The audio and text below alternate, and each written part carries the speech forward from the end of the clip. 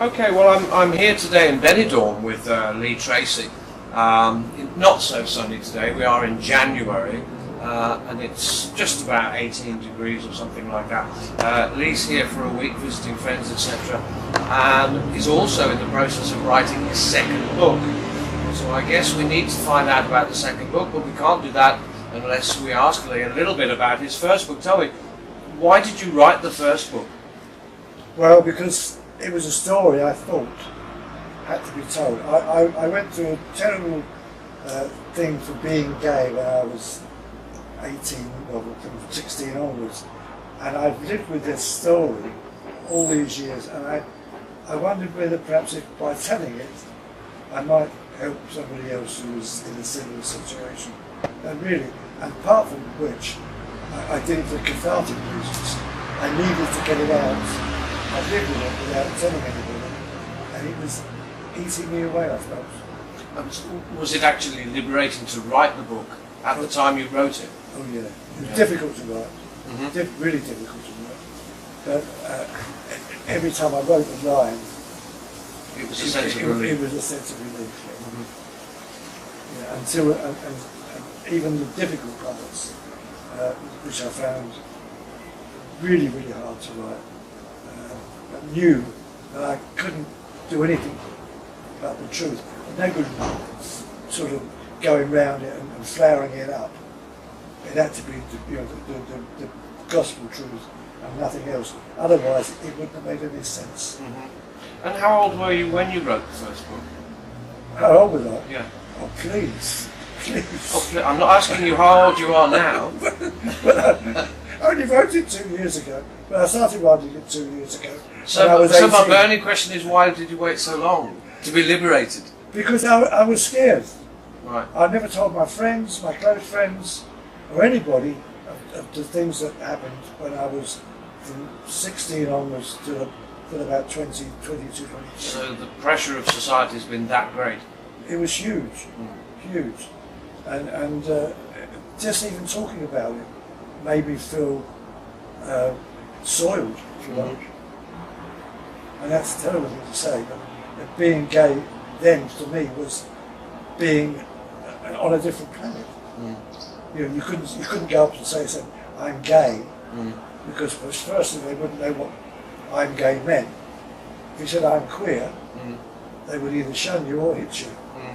And at the time, did you know, I mean, I'm assuming you knew other gay people who were open? No, you didn't? No, that's the whole point. I didn't know. I thought I was the only one in the world. When I was 16, and I knew there was something different about me, because I knew I didn't fancy girls, and I was in fact in love with a straight guy, my best friend, and I couldn't tell him or anybody else. So I used to make out I was like everybody else. I couldn't. There's no one else to talk to. We didn't have counsellors then, what you've got now. You couldn't run to somebody and ask for advice, because there was no one to run to. At least no one that I knew you could run to. It was just me in a bubble that I was tried to get out of. Didn't want to be this person. Was frightened to be this person. Was scared of being this person. It was horrendous. But I had to live with it and work with it and keep it to myself, which eventually does eat you away. You get to the stage where you want to scream. You know, I'm not like everybody else. Even when I joined the army, when I was 19, 20, joined the army. Did you already know you were gay when you joined the army? I didn't know it was called gay. No, I'm using today's parlance. Oh, right. Were you aware of your... Yes. And I thought by doing so, if I was with all these normal heterosexual men, then that would rub off onto me and I would be right there. Or you'd be cleansed of your... I would be cleansed of my curse, if you like. Yeah. It's a hell of a price to pay, isn't it? It was a price to pay because it didn't work. And it didn't work, and I knew it wasn't working because I'd already fallen in, not in love, but always fancied a guy in another squadron. another battalion, and I didn't know what to do, so I went to see the Padre to ask advice, and the Padre treated me like I was so much dirt on the bottom of his shoe. So much dirt, in fact, that he told the commanding officer, and I was arrested. What happened to you when you were arrested? Well, I was charged with being homosexual, which was against the law in those days in the army, and was made to do all sorts of things, like run around the square in a full pack, in all weathers, get kicked, get knocked about, no one to complain to, and then dishonourably discharged. All from having gone to see the Padre? All from going to see the Padre, who I thought would at least understand and keep your and keep my secret, keep your confidentiality. Yeah, but it didn't at all. And people say, why don't you believe in God? Well, because God didn't do anything to believe in me. Yeah. And quite honestly, I just didn't know what to do. I couldn't go home because my parents had disowned me for being gay, and I ended up living on the streets for some time until I went for a job, and an Hungarian woman. I was at a racetrack. It was at in London. Anyway, I was at a dog track, and I met a guy at the dog track who couldn't speak English. And I was attracted to him because he was a very stunning, good-looking boy. And he turned out to be Hungarian. He'd escaped from Hungary in the 1956 Hungarian uprising, and got to England. He was working for a Hungarian family who had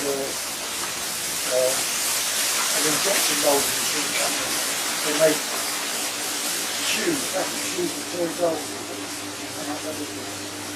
And he introduced me to this lady who immediately took me to the factory, gave me somewhere to sleep, found me a flat,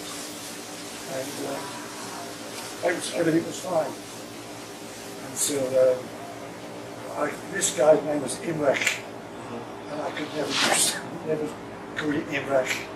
I had to call him Fred. And he got a letter one day from Hungary, and the lady who employed me, her name was Mrs. Gross, told me that the letter for Fred had come from Hungary, saying that his mother was seriously ill and dying, and he should go back. But the risk of going back was that the letter was false, and that it was actually from the Russian secret police.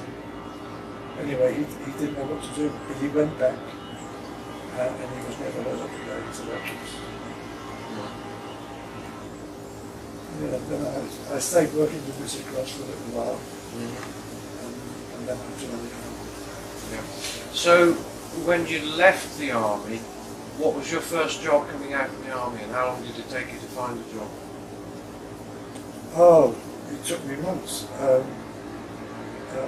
did all sorts of things. I worked as a porter in a fruit veg place, carrying great big boxes of oranges and God knows what on my shoulders. Worked as an injection moulder in another factory. Worked in a factory where you had to dip metal canisters into vats of acid to take the paint from all sorts of jobs. And so how long was it that you were back in Civvy Street before you started to dress up in drag? Oh, it was a long while. A long while. Because I eventually found myself living in Leeds. I had this notion of watching, even in those days, Coronation Street as being a friendly place. The north of England was friendly to me because of this image that it gave out on the television. And I went to live in Leeds, and I worked I got a job in the Peel Hotel on the Heathrow as a collector of glasses and stuff. And it wasn't, the money was terrible, but they said you get some tips. Well, the tips never materialised. And somebody one night, I had to trade for the drinks to serve to the table, and this guy called me a whinging crook or something. And I just couldn't stand it. I just threw the whole lot, the tray and the lot, up in the air over this table, rushed to the door, got my coat and left. And that night I tried to cut my wrist. Okay. And got sectioned. Oh, talk to us a little bit about that. Well, I got sectioned. I was 22, I suppose, by this time. And I wrote to my mother to say that what happened.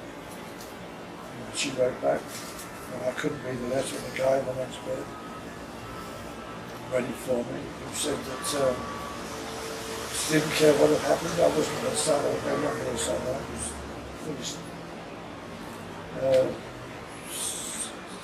So after being about 3 months in this hospital, we used to mix with the people, the women in the women's block, just to play cards or bingo or something equally as mind-blowing.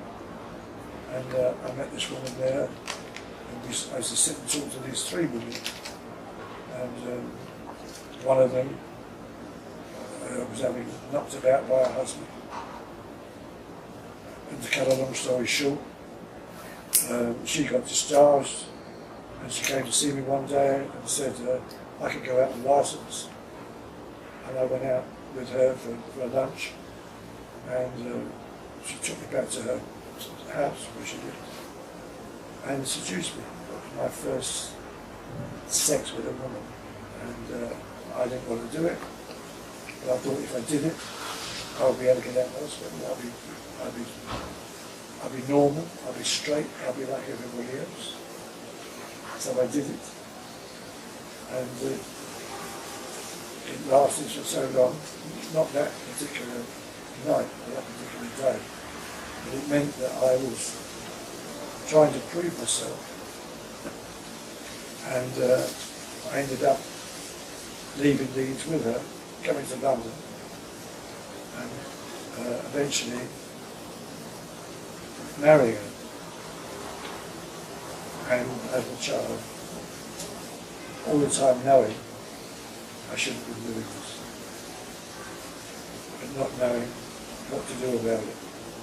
Every time I said that I couldn't cope with it anymore, I couldn't cope with it anymore, I needed to be away, she would threaten suicide and God knows what else. And I was scared that if I left, she would do something similar to herself. So I stayed. Until in the end, I couldn't stay. My daughter was then about 18 months old. And one day I just fell asleep. There's a lot more about it than that. I've not gone into the details of it, but it's in the book. And it's difficult to talk about it even now. I've written it, but to talk about it, it's still difficult. Why did you choose to get married? I didn't choose to get married, really. I got married to stop anybody else thinking that I was gay. Right. I really wanted to be like every other guy I knew. I did. But sex with my wife was a nightmare. I couldn't cope with that. And because the longer I couldn't cope with it, the more she got suspicious. And then she put 2 and 2 together, and she also came up with the same number 4. But threatened or used threats to harm herself. If I left, she couldn't cope on her own. She had enough with her first husband, who knocked her about, and she thought with me, she was safe with me. And I should never have married her. not for my own sake, but for her sake, and for my daughter's sake. A daughter I've never seen since she was 18 months old. Even though I've found out where she lived, I found out through the Salvation Army, traced her for me, and we've written. I don't know her address, she knows mine. If I wanted to write, I had to write via the Salvation Army. And understandably, she felt she couldn't see me. And I understand that. But I have tried for many years to see her.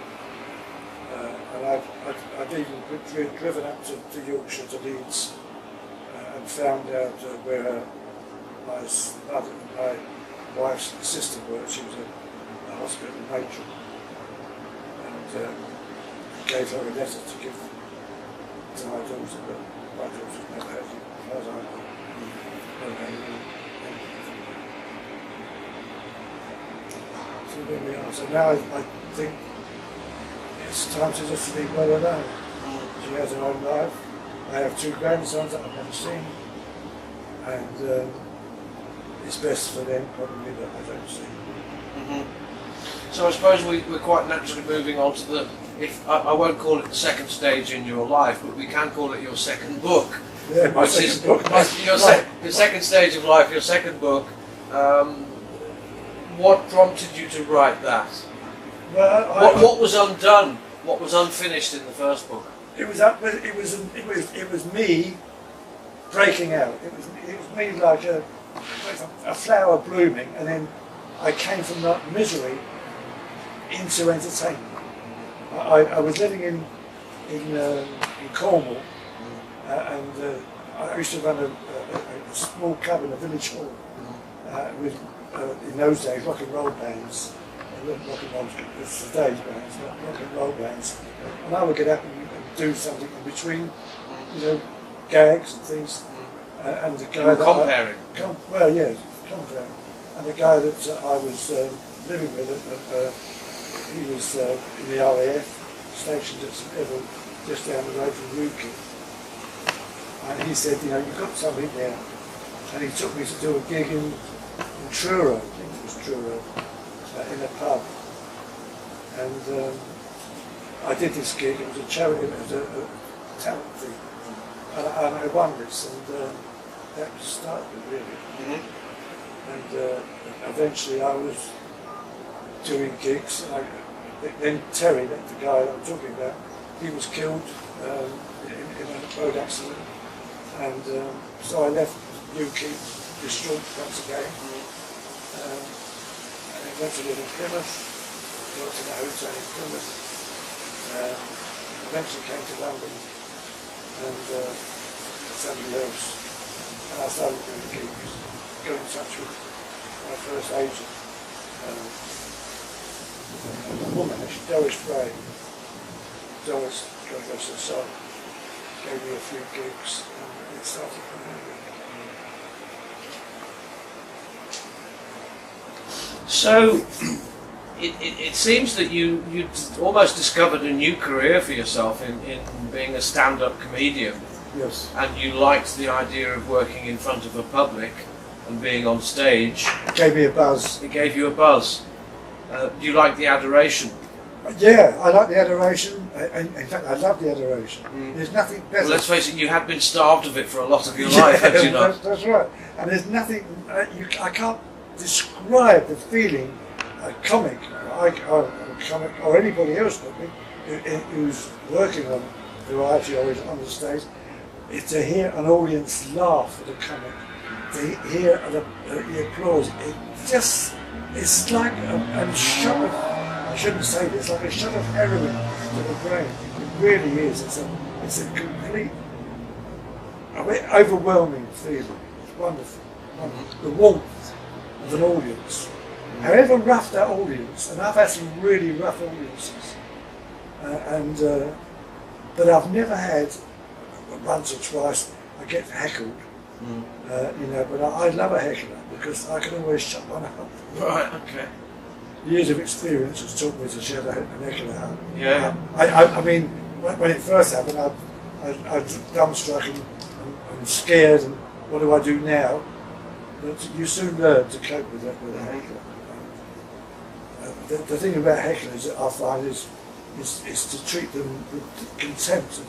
Your reply must be funnier than their heckle. So you're turning the audience against them. Yeah. You get the audience onto your side. Yeah. So what made you, I don't know at what point in your career as a stand-up comedian you decided this, or even if it happened by accident, I don't know. You'll tell us. When did you decide to do drag as part of your act? That's strange.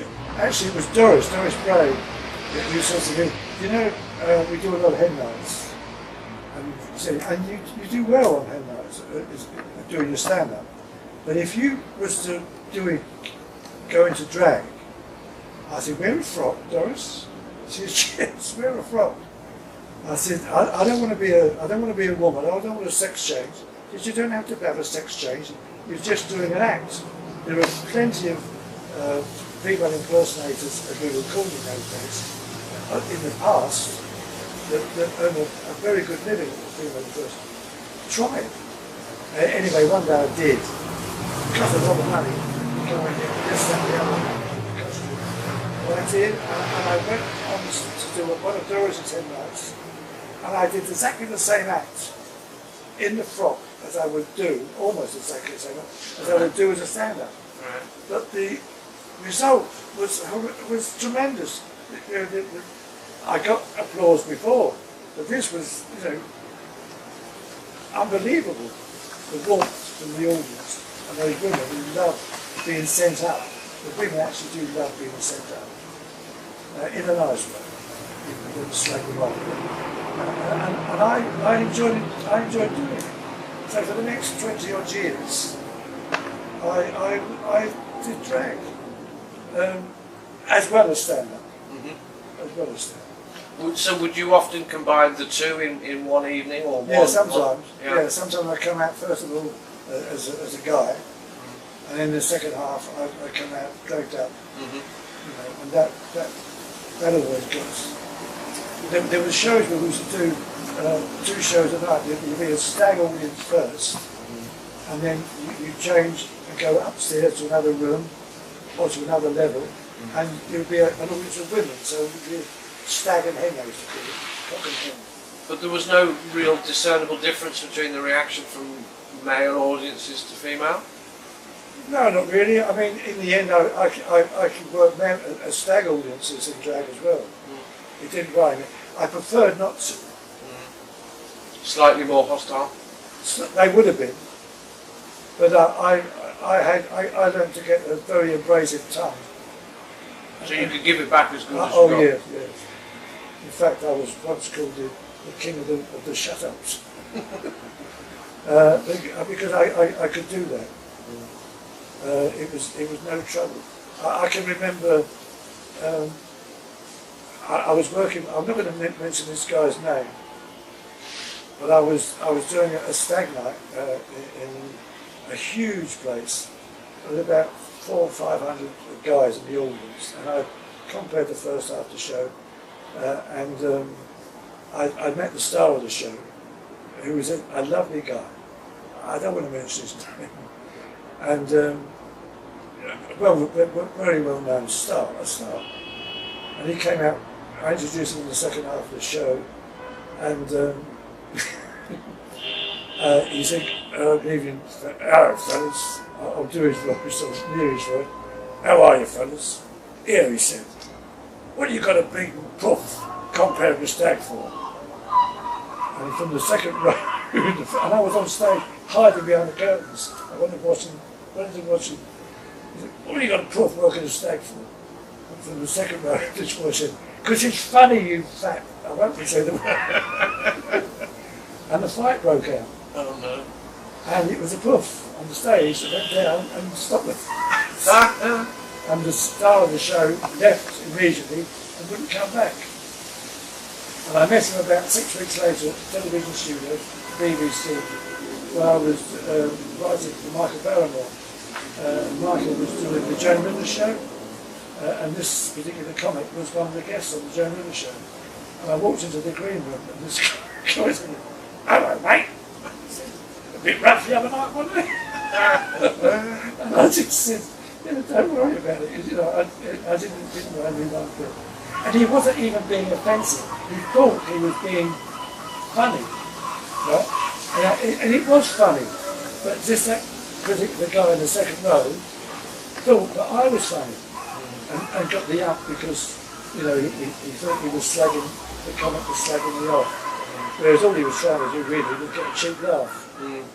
And we've all tried to get cheap laughs. I still try to get cheap laughs.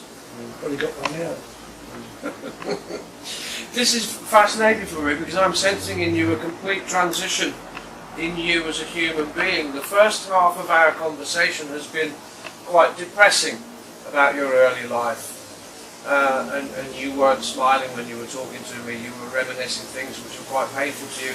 And now you're laughing and smiling about the second half of your life. Because it was like that. And for example, having to deal with hecklers in a stag audience, you need a lot of inner confidence to do that. Well, you get that. It's something that... Is it built up or was it always in you? No, it must have been always in me. So is it technique? I was always frightened to speak. I held all that angst to me for those first years, and it was always inside me, and I wanted to get it out, and I hadn't got the nerve or the courage to get it out. I started a company with a friend of mine, a brilliant comic called Chubby Oates. Some of your people that may remember Chubby. And we started a company called the Pure Corn Company, and we did and said things on stage there that people still wonder how we got away with it. But because they were funny, because we were free, if you like, liberated. I didn't feel restrained anymore. And working with Chubby, I found it easy to work with him. And probably easy with me, I don't know. But it opened a complete new phase in my life. So I guess there's a lesson there. First of all, it's important to be free of society's constraints in whatever you do. Yeah, I believe it's important not to worry what other people think. And it's important to be true who you are to yourself. And other people to judge you. I mean, I feel sorry for today's performers, because I think now they're handicapped with all this PC rubbish, absolute rubbish. I just don't believe any of it. We went on stage, and performers long before me went on stage and said things that were funny. All right, they may have been slightly offensive to some people, but even those people that you were offensive to, never took offence. I can remember doing a show one night, and there was a black guy in the audience, and I did a gag, and someone said, "You shouldn't do that." So I said, why shouldn't I do that? "Well, you're going to upset that man."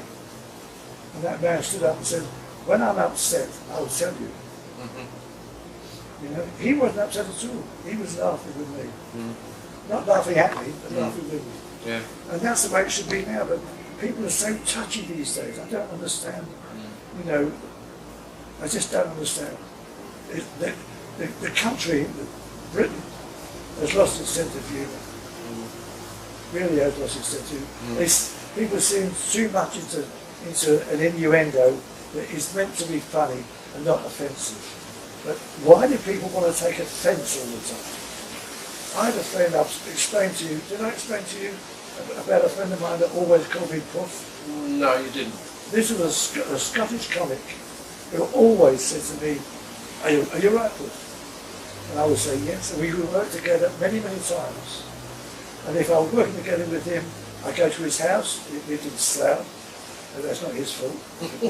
Somebody's got to live there. Someone's got to live there. Somebody's got to pay the tax. And he had I met his wife, they had 2 children. I'd walk in, and the 2 kids would say, "Hello, Uncle Lee." I said, "Hello, kids," blah, blah, blah. I'd give them a toy or a sweet, whatever I bought for them. I'd have dinner with them, with the family. Then I was doing perhaps drag that night. I'd be upstairs into, they call it my bedroom, and I'd change makeup, slap up, put the wig on, I'd come downstairs, and Fred and I would go to work. As I came down the stairs and said goodnight to the kids would say, "Good night, Auntie Lee." No offence taken by anybody. Those kids didn't look upon me as some sort of freak or anything else. And Fred always called me Puff, and I never resented it. He wasn't being rude. It was just him. You know? And Yeah. I don't. And somebody else would have said, "How can you let him call you that?" To which I would have said, "Will you mind your own business?" You know, it saddens me to think that we've lost our way and that we've gone down this awful claptrap of PC, the PC brigade that have instilled into British humour. Are there any comedians working today that you admire still, who are breaking the mould a little bit or resisting the change? Not many. No. But those that are not on television. No. Those that are. They've been driven underground almost into minority. They're back into the clubs. They're doing the clubs. But maybe that might be the cause of a revival in the club circuit. Well, maybe. I mean, I worked out here for years, here in Spain, to British audiences. And I could say things to the British audience out here, and I would never be able to say it in England. And the same British audiences here stand up and applaud them. But in England, they would go, "Oh, better not clap." Because they thought that I might have upset somebody. Which is completely nothing rubbish. Your people only be offended if they want to be offended. If you want to be offended, you'll be offended at any mortal, silly, historical thing, you know. I don't get offended by what anyone calls me. If I know in my heart that they're not being offensive, do you understand what I mean? Yes, yeah. Call me what you like. If you think it's funny to call me something, then call me something. If I think you're being offensive, I'll tell you. In no uncertain terms, I'll tell you. But I've never had it. I've only ever had trouble once on a stag show, and that was from another comedian who said I was doing stand-up, who said I'd said something to offend his mother. Well, as I didn't know him or his mother, I don't know how I could have done. But he went for me, fist flying. Really? Yeah. And that was the first and only time I've ever had trouble. And that was from another comic. Gosh. I've had audiences oi, all this heckling, they never bother me once. Never have done, never will do. Because I've got the powerful thing, I've got the microphone. Yes, of course. Yeah. And it's your stage. It's my stage. While I'm on it, I own that stage. So, tell us a little bit, to summarise, what's in your new book that wasn't in your old book? What new ground are you trying to cover? Is it just a story of the second part of your life? It's the second part of my life. It's the fact that the second part of my life, I know there were lots of trials and tribulations in the second part of my life, which I talk about. But in the main, it's the freedom as a gay man to be who I am and what I am. Whereas for those first years, in the 50s and 60s, when I had to be what other people thought I should be and wanted me to be, and cower me inside, and keep me closed and tied, bound head and foot, if you like. Now I'm not bound head and foot. I'm free to say and do and act as I want to. And it's that freedom that I celebrate in the second half of the book. And of course the friends I've made some incredible friends. I've done some incredible work. And I thank people like Chubby and all those other people that I work with for letting me do it. Letting me break cover, if you like. Well, I'm a man. I have to say it's been wonderful talking to you. Nice talking to you, David.